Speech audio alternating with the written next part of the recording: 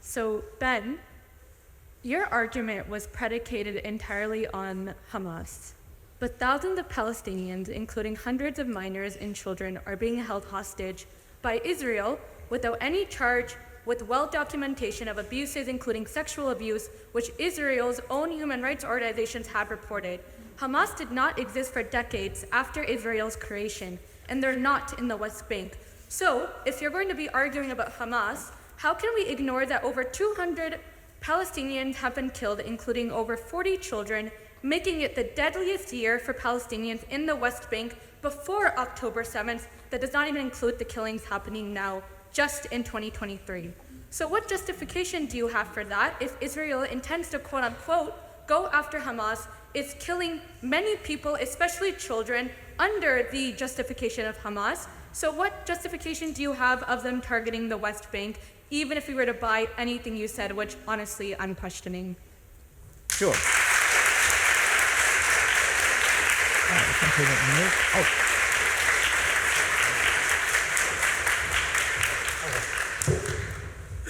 So the casualties that have been incurred in the West Bank are prior to October 7th largely. There have been many since October 7th because there have been many conflagrations between the IDF and the Palestinian Authority and Islamic Jihad members in the West Bank. There's significant violence over the course of the early part of this year. There's a breakaway group from the Palestinian Authority. It's called the Lions. The Lions were a small terrorist cell, the Lions Den. They were committing acts of terror in places ranging from Jerusalem to areas of the West Bank. And the IDF was going in and making operational decisions to kill many terrorists in these areas. There are many areas in the West Bank that have been particularly infiltrated by terrorism. That the city of Jenin would be probably the example of the place that has been most infiltrated by terror groups. It's unfortunate, but Hamas is not the only terror group in the region. Palestinian Islamic Jihad is an excellent example of another terrorist group that has wide presence in the West Bank, more so actually than Hamas. There's a Palestinian Islamic Jihad rocket, obviously, that fell on that Gaza hospital. The entire world then tried to blame on Israel. Hello, everybody, and welcome back, one and all, to the Dr. Nasir Shaikh Show. What's on tap for today? Well, is Ben Shapiro across the pond visiting the Oxford Union and debating students, obviously, on the Palestinian Hamas-Israeli situation. And as you saw right there, quite a little bit of a heated debate, but Ben Shapiro is bringing the receipts. Now, look, folks, there is no doubt that I'm sure there have been atrocities caused on both sides. If you talk to the Palestinians, they said, well, they were the ones that started Israel in 1947. You have to go back 75 years. Everybody, they forced the Palestinians out. If you talk to the Israelis, they say, this is our homeland. This is where we should have been. United Nations created, the whole thing. We go through the history. And then it's a tit for tat, this for that. You did this, so we're going to do this. Bottom line is that there are a lot of terrorist groups within Gaza, within the Palestinian population, that are hiding there. What do you expect the Israeli Defense Force to do? The army of Israel, what do you expect them to do? Now, have there been issues where Palestinians have been killed and murdered? I'm sure there have been. But then how are we supposed to get, all we get basically are the accounts that we see in the news stories. And what we would like to, so I just go back to say that the situation that's out there is, first, you've got to condone violence at all levels. We all know that. We all know that's what we're supposed to do, right? That's a given fact. So instead of going back 75, 80 years and saying, they did this, they did this, they did this, we got this happened to us, and that whole victim mentality, how about saying, what can we do to move forward?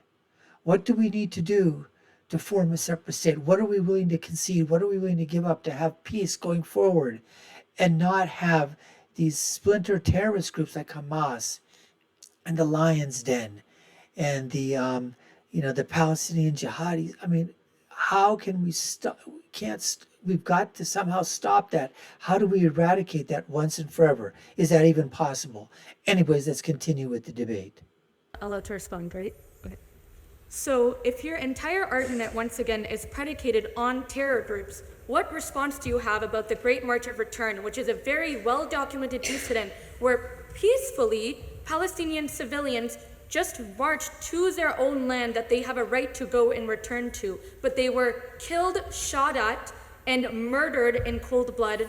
What year are we talking about? Which group are we talking about? I need more specificity. I'm talking about the Great March of Return. I know I'm asking for more specificity because I'm unaware of all the details of what you're speaking about. So the Great March of Return is a well-documented instance where many Palestinians, after a tweet by a Palestinian, encouraged other Palestinians to go march peacefully back to their land. Which land is theirs? What are we talking We're about? talking about occupied Palestine. Are you talking about in proper Israel? Where are we talking about? Like which areas? We're talking about on the borders of Palestine, and we're also talking about their right to return to Palestine. There is no right to return. If you're talking about in Palestine, if you're talking about the land that is inside the 67 borders, there is no right of return to Haifa. There's no right of return to Tel Aviv. There's no right of return to West Jerusalem. So you have to remember that there are many, many, many elders who are older than the state of Israel. You have to remember that Palestine is not a Muslim land. You are equating this to a religious conflict. It's not. When Palestine, before it was occupied, you had Jews, Christians, and Muslims peacefully coexisting. Palestine is not a Muslim homeland. It's a land that existed where many people that are alive to this day are older than the state of Israel. So are you making the argument that any population of any time, all of their descendants now have a right to go back to the place that their great-great-great-great-great-grandfathers went? Not great-great-great-grandfather. We have grandmothers. Okay, grandmothers, grandfathers. Is that the idea that you can walk across the lines of any sovereign state and simply claim the place that you said that you had, even though you never established property rights and say the Jordanian West Bank, or you abandon this place in Haifa? So your claim is that right now people get to walk across the border of a sovereign nation and simply set up shop in Haifa? This is your claim? So even if we were to buy what you're saying, which is obviously not true, I encourage you to Google about the Great March of Return, which was a peaceful resistance. Now, when she's talking about this Great March of Return, I had no idea about that. I definitely am going to check up on it, and just for my own edification, to see what happened. And if it's as reported as she's saying, that it was a peaceful protest and the IDF or the Israelis just, gunned them down, mowed them down, murdered them or whatever, my question would, first of all, would be is, when did this happen? Are we talking recently, last decade, couple of decades? Where was social media at that time? What was reported? What was reported? Was it put under the, I would like to know for myself. So right now, that's open for me. It's open for discussion to see. Obviously, Ben didn't know about it in terms of what was going on. But if that did occur, yes, that's a tragedy. Yes, that's, call it whatever you want. Domestic act of terrorism, just absolutely, violence that should never, it never should have occurred. But the thing to ask is that, was it peacefully?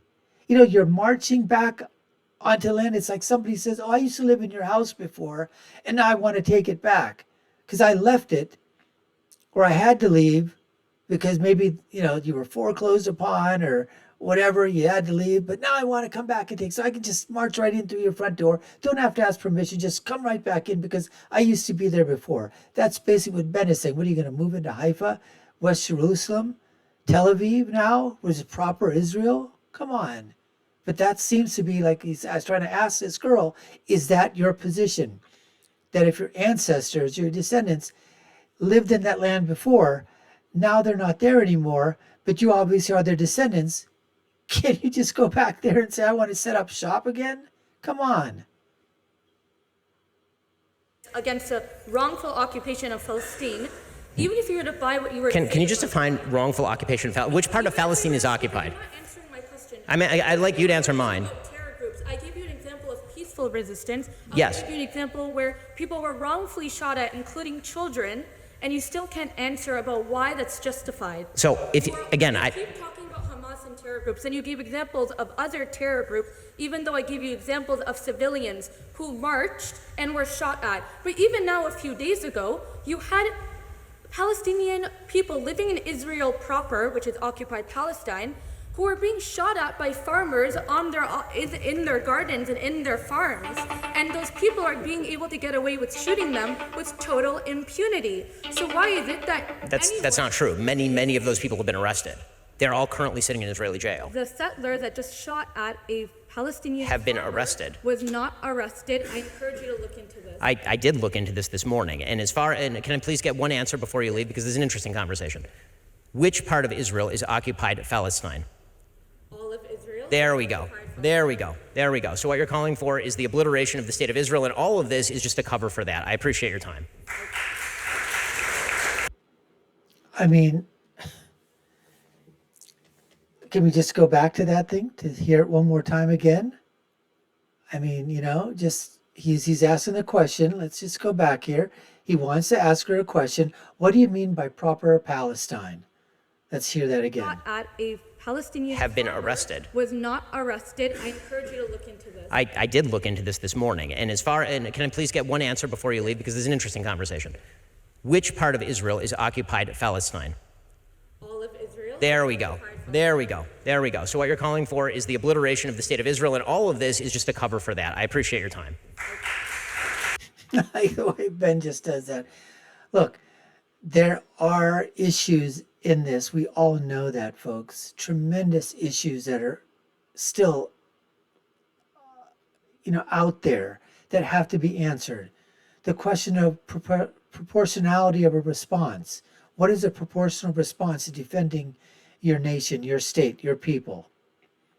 What about collateral damage?